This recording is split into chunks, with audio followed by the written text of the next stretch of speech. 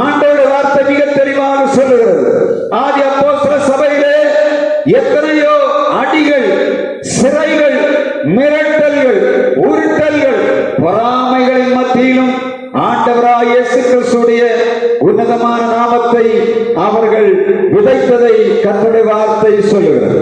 அப்போஸ்தலர் 5ஆம் அதிகாரம் 18ஆம் வசனம் சொல்லுகிறது. வாசிக்கலாம். அப்போஸ்தலர் 5:18. பொதுவான சிறைச்சாலையிலே வைத்தார்கள். 5ஆம் அதிகாரம் 17ஆம் வசனம் சொல்லுகிறது. வேதபாரகரும் பிரதான ஆசாரியரும் சதுசேயரும் சேர்ந்து அவர்களை பிடித்து பொறாமையினாலே பிடித்து சிறைச்சாலைக்குள்ளே கொண்டு வருகிறார்கள். அவர்கள் செய்த தவறு என்ன? ஒரு தவறும் செய்யவில்லை. என்ன செய்தார்கள்? அநேக அடையாளங்கள், அற்புதங்கள் அங்கே நடைபெறுகிறது. பிணியாளிகள் அநேகரை கொண்டு வருகிறார்கள். இந்த வசனம் சொல்லுகிறது, 16ஆம் வசனம், திரளான ஜனங்கள், நோயாளிகள், பிணியாளிகள் இவர்களை கொண்டு வந்து பேதுரு நடந்து போகிற வழியிலே வைத்தார்கள். இதற்காக அப்படி நிழல் பட்டு சுகமானார்கள். எப்படி இருக்கும் யோசித்து பாருங்க. தொடுவதற்கு நேரம் இல்லை. இவர்கள் நடந்து போற பாதையிலே இவர்களுடைய நிழலானது அவர்கள் மேல் படாதா என்று எல்லா ஜனங்களும் தெருவில் கொண்டு உட்கார. கொஞ்சம் யோசித்து பாருங்க. தெருவில் என்ன வைத்திருப்பார்கள்? தெருவில் என்ன இருக்கும்? ஒருவேளை மீன் கடைக்கு பக்கம் போனா மீன், காய்கறி வைத்திருப்பார்கள். வல்ல கடைகளுக்கு போனா என்ன இருக்கும்? பஜார் இருக்கும். ஆனா இங்கே பேதுரு இந்த அப்போஸ்தலர் நடந்து போகிற பாதையிலே அவர்கள் நிழல் அந்த ஜனங்கள் மேல பட வேண்டும் என்று சொல்லி வெயில்ல கொண்டு என்ன பண்ணினாங்க? பிணியாளிகளை படுக்கையில கிடத்தி வைத்தனர். ரோட்ல எப்படி இருக்கும்? இவங்க போற வழி எல்லாம் எப்படி இருக்கு? ரோட்ஸ் ரெண்டு சைட்லயும் நோயாளிகள். கிழக்குல இருந்து ஒரு மேற்கு பக்கத்துல இருந்து ஒரு சாயங்கால நேரத்தில் ஒரு போவார்கள் சொன்னால் அவர் நிழலிக்கப்படும். கிழக்கு நோக்கி. அவர் கிழக்கு பக்கம், ரோட்டு இடது பக்கம் முழுவதும் யார் இருந்தாங்க? நோயாளிகள் வரிசையாக காட்டுகளிலே போட்டு. கொஞ்சம் யோசித்து பாருங்க. வெயில்ல அவ்வளவு நிழல். இவர்கள் போகும்போது இவருடைய சூரியன் நிழல் அவர்கள் மேல படணும். அப்ப என்ன பண்ணினார்கள்? திரளான ஜனங்களை ரெண்டு சைடுலையும், காலையில வந்தா வலது பக்கம், சாயங்காலம் வந்தா இடது பக்கம், ரோட்டு ரெண்டு கரையிலும் இவர்கள் நிழல் அவள் மேல் பட வேண்டும் என்று சொல்லி அப்படியே சாரை சாரையாக நோயாளிகளை கொண்டு வைத்திருந்தார். கொஞ்சம் கற்பனை பண்ணி பாருங்கள். இயேசு நாமத்திலே உனக்கு சுகமுண்டாக என்று சொல்லுவது வேற, இயேசு வந்து நீ விடுதலையானா என்று சொல்லுவது வேற. அவளை நிழல்பட்டு சுகமாகணும். எப்படி இருக்கு? விசுவாசம் எப்படி இருக்கு? நிழல்பட்டு சுகமானார்கள். அப்படித்தானே? சுகாரத்தை கொண்டு வைப்பாங்களா? அந்த பேதுருடைய நிழல்பட்டு சொஸ்தமானார்கள். எனவே தான் திரளான ஜனங்களை அந்த வாசத்தை தெருவோரத்தில் வைத்து இவள் போகிற நிழலை படுப்படியாக வைத்திருந்தார்கள் என்று வேதம் சொல்லுகிறது. ஆனால் கிடைத்த பரிசு என்ன? சிறைச்சாலை. எப்படி? பொறாமை. ஜனங்கள் விடுதலையாகும் போது வேதபாரகரும் பரிசேயரும் சதுசேயரும் பிரதான ஆசாரியரும் ஜனங்கள் விடுதலையாகுவதற்கு விருப்பமில்லை. என்ன செய்கிறார்கள்? பொறாமையினாலே நிறைந்து பேதுருவையும் அப்போஸ்தலரையும் பிடித்து சிறைச்சாலையிலே போட்டார்கள். இன்றைக்கும் திருச்சபைகளிலே நடந்து கொண்டிருக்கிற காரியம் இதுதான். எங்கே விடுதலை உருவாகிறதோ அவனுக்கு விரோதமாக பொறாமையினாலே அநேகர்கள் கிரியை செய்கிறதை நாம் பார்க்க முடியும். அப்போஸ்தலருக்கு விரோதமாக எழுகிற அதே ஆவி இன்றைக்கும் கிரியை செய்து கொண்டிருக்கிறது.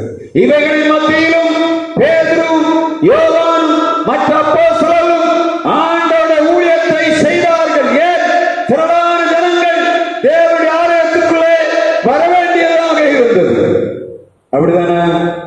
இன்னொரு முக்கியமான காரியத்தை நீங்க பார்த்தா தெரியும். இவர்கள் பிடித்து சிறைச்சாலையிலே போட்டார்கள். அப்போஸ்தலர் 5ஆம் அதிகாரம் 23ஆம் வசனத்தை வாசித்து பாருங்க. 22ஆம் வசனம், 23ஆம் வசனம். சேவகர் போய் காணாமல் திரும்பி வந்து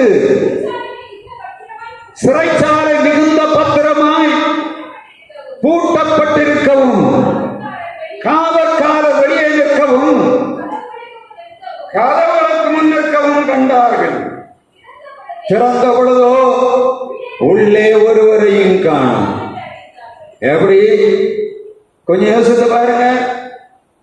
காவல் சிறைச்சாலைக்கு முன்பாக காவலாளிகள் நின்று கொண்டிருக்கிறார்கள்.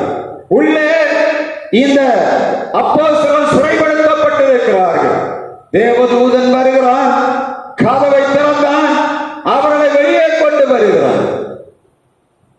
கதவு திறந்து வெளியே நிற்கிறவன் காணாம எப்படி கொண்டு போனார்கள்? ஆண்டவர் யார்? சிறைச்சாலைக்குள்ளே வைக்கப்பட்ட இந்த சீடர்களை தூதர்களை அனுப்பி இந்த காவலாளிகளுக்கு முன்பாகவே கதவை திறந்து அவர்களுக்கு தெரியாதபடி, எந்த விதமான அடையாளமும் இல்லாதபடி இவர்களை வெளியே கொண்டு வந்து சொல்லுகிறார்கள், நீங்கள் இந்த ஜீவ வார்த்தையை தேவாலயத்தில் பிரசங்கியுங்கள் என்று சொல்லி இரவிலே அவர்களை விடுதலையாக்கி கொண்டு வருகிறார். சிறைச்சாலையில காவல் முற்றத்தில் இருந்தவர்கள் என்ன நினைத்திருப்பார்கள்?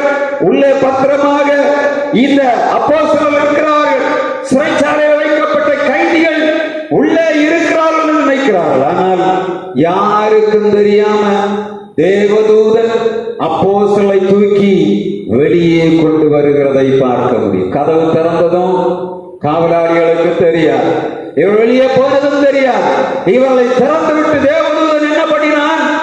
கதவை நல்ல நீட்டாக பூட்டி விட்டான்.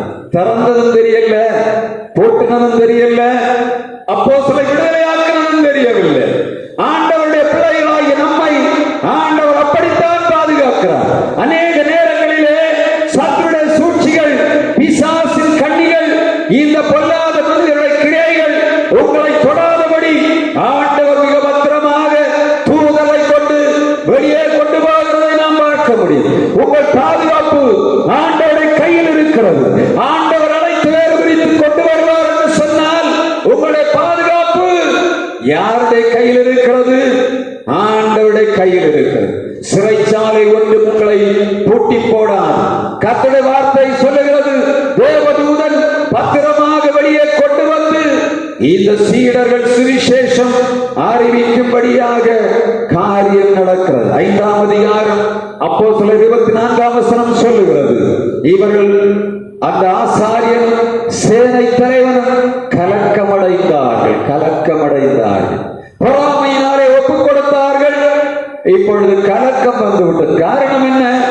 சிறைச்சாலை பூட்டி இருக்கு, ஆனால் அங்கே உள்ள எதுவுமே இல்லை. நம்ம ஊர்ல ஒரு பழமொழி சொல்லுவாங்க இல்ல, புட்டு புட்டு மாதிரி இருக்கு, புட்டு உள்ள ஒண்ணும் இல்லை, புட்டு மாதிரி இருக்கு, உள்ள ஒண்ணும் இல்லை. இதான் நிலைமை. எங்க சிறைச்சாலை கதவு அது பூட்டப்பட்டிருக்கு, காவலாளிகள் வெளியே நின்று கொண்டிருக்கிறார்கள், ஆனால் பூட்டப்பட்டவர்கள் காணவில்லை. என்ன நடந்தது என்று தெரியாதபடி கலக்கமடைந்தார்கள் என்று வேதம் சொல்லுகிறது. உங்களை பொறாமையினாலே ஒப்புக் கொடுக்கிறது, உங்களை பொறாமையினாலே சிறைச்சாலைக்குள்ளே தள்ள நினைக்கிற மனிதர்களுக்கு கலக்கம் உண்டு. காரணம் என்ன? அவர்கள் தெரியாமல் செய்கிறார்கள். ஆண்டவர் கொண்டு வந்த நோக்கத்தை அவர்கள் தெரிந்து கொள்ளுவதில்லை. ஜனங்களுக்கு விடுதலை வேண்டும் என்று சொல்லி ஆண்டவர் விரும்பும் போது அங்கே எந்த ஆசாரியனாலும், எந்த பிரதான ஆசாரியனாலும், எந்த சதுசேயனாலும், எந்த பரிசேயனாலும் தொட முடியாதபடி தூதருடைய கையிலே பேதுருவை ஆண்டவர் பத்திரமாய் வைத்திருந்ததை வேதம் சொல்லுகிறது. நம்மை பார்த்து கலங்கம் அடைகிறார்களா? உண்மையிலேயே அப்போஸ்தல காலத்திலும் அது நடந்தது, இன்றைக்கு நடந்து கொண்டிருக்கிறது. சேனை தலைவன் 5ஆம் அதிகாரம் 26ஆம் வசனத்தை வாசிங்க. சேனை தலைவன் சேவகரோட கூட போய் ஜனங்கள் கல்லறிவார்கள் என்று பயந்ததினால் பலவந்தம் பண்ணாமல் அவர்களை அழைத்துக் கொண்டு வந்தார்கள். கர்த்தர் விடுதலையாக்கினவர்கள் அதிகாரம்